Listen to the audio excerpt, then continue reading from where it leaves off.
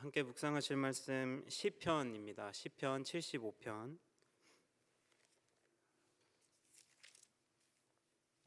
시편 75편 1절에서 10절까지 전체 읽겠습니다.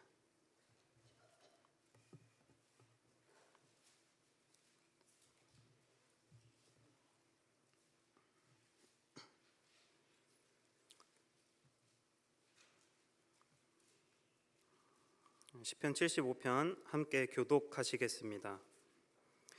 하나님이여, 우리가 주께 감사하고 감사함은 주의 이름이 가까움이라. 사람들이 주의 기이한 일들을 전파하나이다.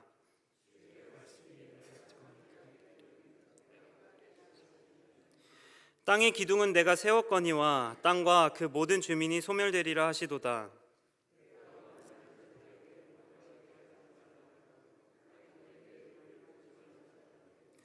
너희 뿔을 높이 들지 말며 교만한 목으로 말하지 말지어다.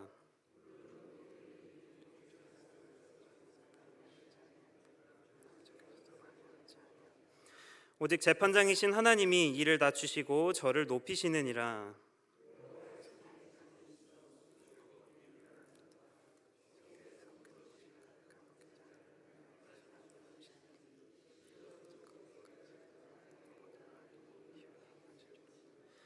나는 야곱의 하나님을 영원히 선포하며 찬양하며 또 악인들의 뿔을 다 베고 의인의 뿔은 높이 들리로다. 아멘. 기도하시겠습니다.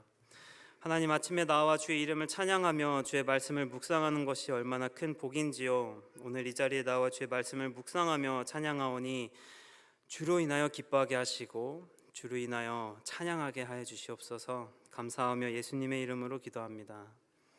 네, 오늘 본문 시편을 통해서 하나님을 같이 찬양하고 또 같이 묵상하기 원하는데요.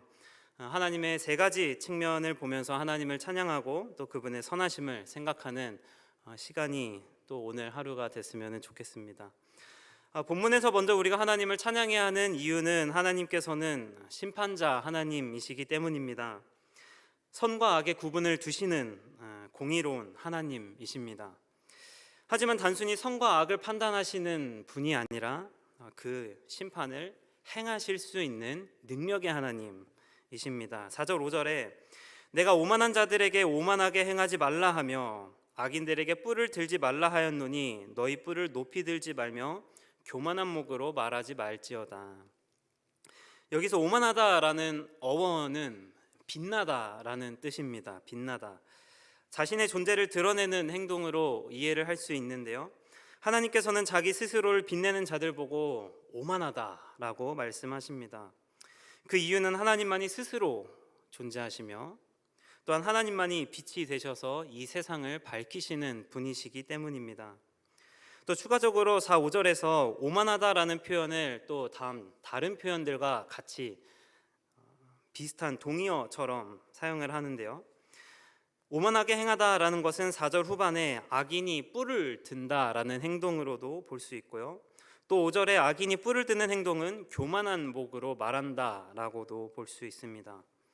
오만하다라는 것은 결국에는 악한 사람이 속된 말로 뭣도 안 되는 사람이 자신이 의롭다, 내가 말하는 것이 진리다, 내가 맞다라고 말하고 행동하고 다니는 것과 같습니다.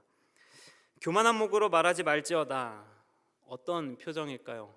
턱을 앞으로 쭉 내밀면서 내가 맞아, 내가 하는 말이 다 맞아 하면서 거만한 표정을 짓는 모습을 연상할 수 있습니다. 하나님께서 이들의 행동을 금하시는 이유는 그 권세가 그들에게 있지 않고 하나님께 오로지 있기 때문입니다. 스스로 자랑하는 자가 누구냐? 스스로 자기 영광을 드러내려 하는 자가 누구냐? 숙일 줄 모르고 거만하게 목을 꼿꼿이 피는 자가 누구냐? 누구의 힘으로, 누구의 허락으로 하는 것이냐? 하나님께서는 물으십니다. 이 세상에 오만할 수 있는 사람이 그럼 과연 누가 있겠습니까? 스스로를 빛내고 자신의 뿔을 드는 사람이 이 세상 어디에 있겠으며 교만한 목을 치켜 세울 수 있는 사람이 이 세상 그 어디에 있겠습니까? 그렇다면 그 사람은 하나님과 같이 거룩한 자여야 할 것입니다. 그 사람은 하나님과 같이 완전히 의로운 자여야 하고 하나님과 같이 전지전능하며 시간과 공간을 주관해야 할 것입니다. 누가 그럴 수 있겠습니까?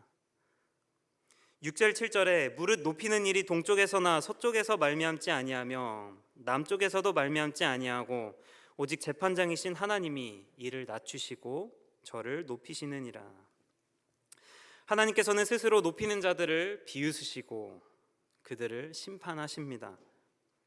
이 땅에서 아무리 높은 자인 척 해보아도 바로 옆에 있는 10층 빌딩, 20층 빌딩에서 내려다 본다면은 그 사람이 얼마나 인지도 있고 얼마나 대단한 사람일지 몰라도 그저 작고 하찮은 한 존재로밖에 보이지 않을 것입니다.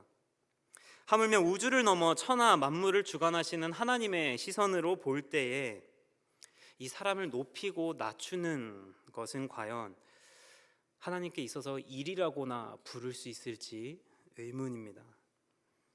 우리가 하나님을 찬양할 수 있는 이유가 충분한 것은 하나님께서는 우리를 당신의 형상을 따라서 우리를 창조하시고 하나님의 성품을, 하나님의 심판 기준을 우리에게도 알려주셨다는 것입니다. 이유도 없이 멸망할 자들이 아닌, 이것은 하나님께서 좋아하시는 것이다, 저것은 하나님께서 안 좋아하시는 것이다 알려주셨기 때문입니다. 하나님 앞에서 오만하지 않는 것, 악인으로의 뿔을 들지 않는 것, 교만한 목으로 하나님 앞에 꼿꼿이 서지 않는 것을 우리는 말씀으로 배웁니다. 하나님께서 높이실 때나 낮추실 때나 교만한 목으로 들지 못하는 이유는 그 영광의 자리를 베푸시니가, 또는 그 겸손의 자리를 베푸시니가 하나님이시기를 우리는 배우기 때문입니다. 그렇다면 악인은 어떻습니까? 8절에 여호와의 손에 잔이 있어 술 거품이 일어나는도다. 속에 섞은 것이 가득한 그 잔을 하나님이 쏟아내시나니 실로 그 찌꺼기까지도 땅의 모든 악인이 기울여 마시리로다. 술을 아시는 분은 아마 저보다 더 잘 아시겠지만은 여기 말씀에서 말하는 술 잔은 먼저 하나님의 심판을 묘사합니다. 하나님의 심판은 이와 같습니다. 독한 포도주라고 했을 때 어떤 분들은 오예 하실 수도 있겠지만은 독한 포도주가 섞인 것이 쏟아질 때 처음에야 좋고 나중에야 하나님에 관한 것이, 하나님의 심판, 그럴만해, 괜찮아 하겠지만 그것이 계속해서 들어오고 멈출 줄 모르고 계속 들어온다면은 그것은 당연히 기쁨이 아닐 것입니다. 모든 악인은 그 독한 포도주가, 그 섞인 것이 쏟아질 때에 그 술을 받는 것을 멈출 수 없습니다. 자신의 힘으로 멈출 수 없습니다. 마지막 가장 쓰고 불쾌한 부분인 찢기까지 하나님께서는 다 끝까지 먹게 하시는 묘사를 하시는데, 이것은 하나님의 처절한 심판을 그리고 있습니다. 하나님 나와봐, 하나님의 심판이 얼마나 무섭다고 하는 자들에게 하나님께서는 그래, 여기 있다, 그만 됐어요, 이 정도면은 충분히 알 것 같아요, 너가 원하지 않았느냐, 끝까지 먹어라, 원하던 거 아니었니, 계속 먹어라. 하나님을 찬양할 수 있는 이유는 하나님은 심판자 하나님이심과 더불어서 또한 길이 참으시는 하나님이시라는 것입니다. 2절 3절에 주의 말씀이 내가 정한 기약이 이르면 내가 바르게 심판하리니 땅의 기둥은 내가 세웠거니와 땅과 그 모든 주민이 소멸되리라 하시도다. 오늘 이 세상을 둘러보면 어떻습니까? 하나님께서는 아직도 의인과 죄인을 완전히 구분하지 않으시고 아직 심판하지 않으십니다. 세상에는 아직도 오만한 자가, 또 교만한 목을 드는 자들이 많은 것이 현실이고 그들이 또한 주도권을 잡는 것 또한 현실입니다. 하지만 그럼에도 하나님께서는 기약을 정해두셔서 당장의 심판을 베푸시지 않는 이유는 힘이 없으셔서가 아니라 길이 참으셔서 하나님 당신의 백성된 자를 찾으시기 위함입니다. 웨스트민스터 신앙고백서 3장 5절에 하나님의 영원하신 법령에 대해서 이렇게 말합니다. 하나님께서는 생명으로 예정된 자들을 세계의 기초를 놓으시기 전에 자기의 영원하고 불변한 목적과 자기 뜻에 숨겨진 협의와 선한 기쁘심을 따라 그리스도 안에서 영원한 영광에 이르게 선택하셨으니 그들에게서 믿음이나 선행이나 견인을 미리 보심이 없이 혹은 피조물에게 있는 어떤 자질이나 조건도 자기를 움직이게 하는 원인으로 삼지 않으시고 너그러운 은혜와 사랑만으로 하시되 이들이 자기의 영광스러운 은혜를 찬양하게 하셨다.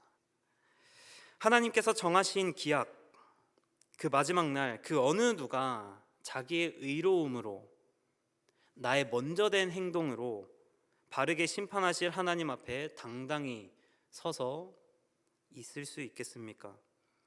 하나님께서는 아들 예수 그리스도를 보내셔서 그의 이름을 믿는 자마다 영생을 얻고 그 은혜로 인해 우리가 이룰 수 없는 그 의를, 그 의로움에 참여하게 하셨습니다. 땅의 기둥, 세상의 순서와 법칙을 제정하시고 땅과 모든 백성을 주관하십니다. 아무리 불안정한 사회, 불안정한 환경에 처해져 있더라도 주님의 말씀은 그 안에서도 굳건하며 영원하시고 신실하십니다. 베드로전서 1장 24절 25절에서도 이렇게 말합니다. 모든 육체는 풀과 같고 그 모든 영광이 풀의 꽃과 같으니 풀은 마르고 꽃은 떨어지되 오직 주의 말씀은 세세토록 있도다. 아멘. 하였으니 너희에게 전한 복음이 곧 이 말씀이니라.